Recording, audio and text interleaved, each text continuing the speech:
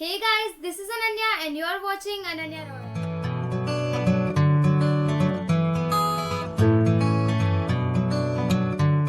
Studying का बहुत ही integral part है नोट्स। तो आज हम आपके नोट्स को और ज़्यादा इंटरेस्टिंग और इफेक्टिव बनाने के लिए कुछ टिप्स और ट्रिक्स देखेंगे। So let's go. नोट्स बनाने से पहले हम वो बेसिक सप्लाईज देख लेते हैं जिनकी हमें नोट्स बनाने में ज़रूरत पड़ेगी। सबसे पहला ऑप्शन है नोटपैड। नोटपैड्स प्लेन होते हैं, इसलिए progress charts, flow charts, diagrams draw करना इन पे बहुत ही इजी होता है। सेकंड है स्पाइरल बाइंडिंग नोटबुक्स। ये नोटबुक्स टोटली कस्टमाइजेबल होते हैं, हम पेजेस को फ्रंट बैक मूव कर सकते हैं। नेक्स्ट है नोटबुक।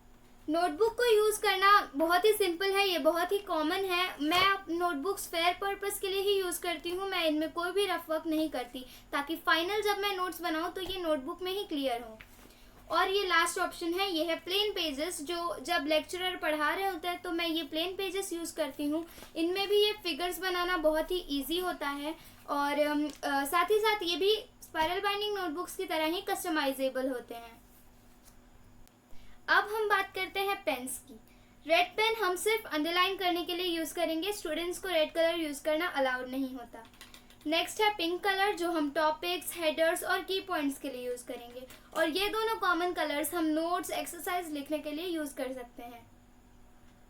अब हम बात करते हैं हमारे नोट्स के सप्लाईज की सबसे कलरफुल थिंग के बारे में, मार्कर्स।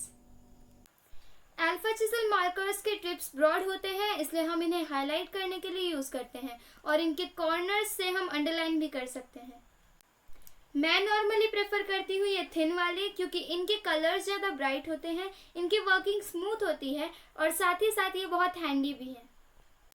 अब हम देखते हैं कुछ simple and easy tips and tricks that will help you in taking notes the next time. कभी भी नोट्स बनाने से पहले हमें ये याद रखना चाहिए कि हम जब भी फेयर नोट्स से शुरू कर रहे हों, इसको शुरू करने के पहले हम रफ नोट्स तैयार रखें ताकि जब भी हम रीडिंग या लर्निंग के लिए फेयर नोट्स देखें तो हमें उनमें कोई भी करेक्शन करने की ज़रूरत ना पड़े।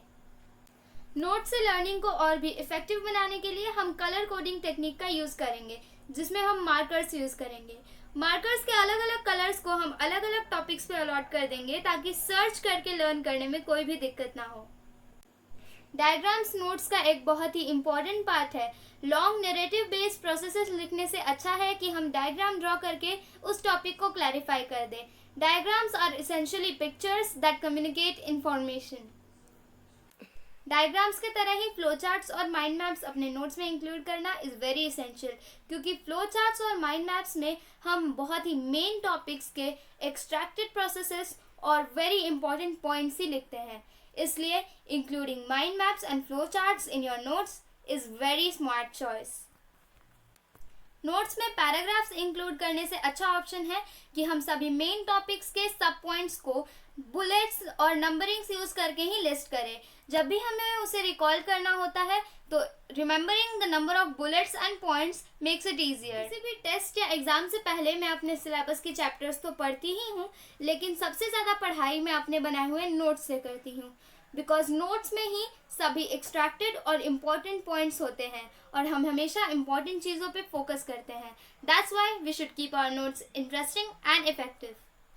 Now let's simply refer to some simple forms of making notes. Let's go.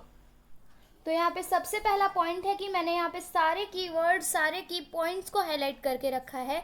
Orange और येलो का कॉम्बिनेशन है यहाँ पे, और साथ ही में ये पूरे चैप्टर में ही मैंने ये कॉम्बिनेशन यूज़ किया है। और ये माइंड मैप्स जो मैंने कहा था कि बहुत ही इफ़ेक्टिव होते हैं और मैं इन्हें खुद भी यूज़ करती हूँ, इनके थ्रू जाना मतलब पूरा लेसन एक साथ कवर हो जाता है। ये पूरा पेज एनिमल टिश्यूज़ के बारे में है, तो जो मेन टॉपिक है उसे भी मैंने हाईलाइट कर दिया है ताकि मुझे अगर कुछ ढूंढना है तो उसमें इजी हो जाए। सेम चीज़ यहाँ पे भी जो मैंने की है, highlighting all the key points. Diagrams की अगर मैं बात करूँ तो डायग्राम्स के लिए हमेशा ही पेंसिल्स यूज़ करनी है, चाहे आप ड्राइंग की बात कीजिए या फिर उसे लेबलिंग की, हमेशा पेंसिल ही डायग्राम में यूज़ करना है। फिर आगे का देखते हैं। यहाँ मैंने बैनर्स यूज़ किए हैं और बहुत सारे बॉक्सेस, ताकि मैं उनके जो मेन पॉइंट्स हैं, जो डेफिनेशंस हैं, उन्हें हाईलाइट कर सकूँ। पिंक पेन, और यहाँ का टॉपिक हमेशा हाईलाइट करना चाहिए। इजी होता है ढूंढने में if you are going through और सर्फिंग थ्रू योर बुक। तो जो अगर आपको कुछ ढूंढना है और अगर आप जल्दी में हैं तो वो हेल्प करता है। हमेशा डायग्राम्स के लिए स्पेशल स्पेस होनी चाहिए। इसके टाइप्स मैंने ये चार्ट्स बना के यूज़ किए हैं, और जो भी इम्पोर्टेंट है वो मार्क कर देती हूँ मैं, ताकि मैं उसे रिवाइज़ कर सकूँ, बाद में मेमोराइज़ कर सकूँ। यहाँ पे भी वही टाइप्स के लिए मैंने सेम ही पैटर्न यूज़ किया है, और हर टॉपिक को हाईलाइट करना is very important while making notes. So hope this will help you. So guys, that's all for today, and do not forget to turn the black thumbs blue and comment below about your views. Do share this video to all the people who will find it useful, and do subscribe my channel if you're new to it, and also hit the bell icon beside to receive all the notifications whenever I post videos. Also go to my Instagram account and follow me there. Take care. Bye.